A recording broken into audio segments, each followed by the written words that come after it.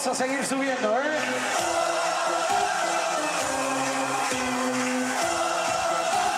Y ahora ya preparados para hacer mucho ruido.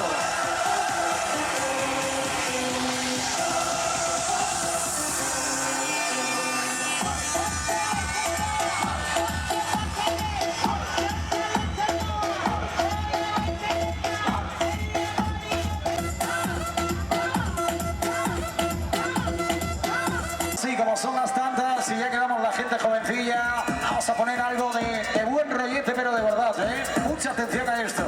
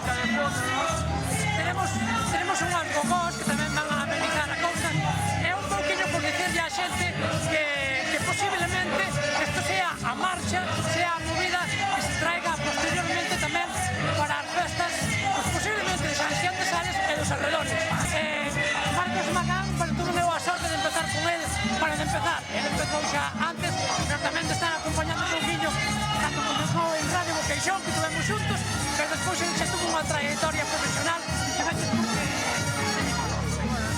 Radio Estrada, 40 principales, Cadena 100, Europa FM, ahora en Radio Líder, Rock FM, no se olvida, Nada máis deso, tamén temos que dicir que ten algún traballo no mercado, algún traballo discográfico. Fálanos un pouquinho de que é o que... Bueno, normalmente as primeiras cancións eran as produccións para lo ven, música disco de España e Italia, feita de Ramón Sabina, e o último é unha versión de Maná, que se sona moito na televisión, no Día das Músicas, no disco do verán xa visto, bueno, unha versión de Maná, base de Bueno, pois nada máis, simplemente dicimos que temos aí un canal Videoxián, que é o canal de San Xián de Sales, pero estuvemos ofrecéndovos todas as actividades que fixo a Comisión de Festas de Laraño deste ano, e bueno, que apostamos fuertemente tamén por San Xián de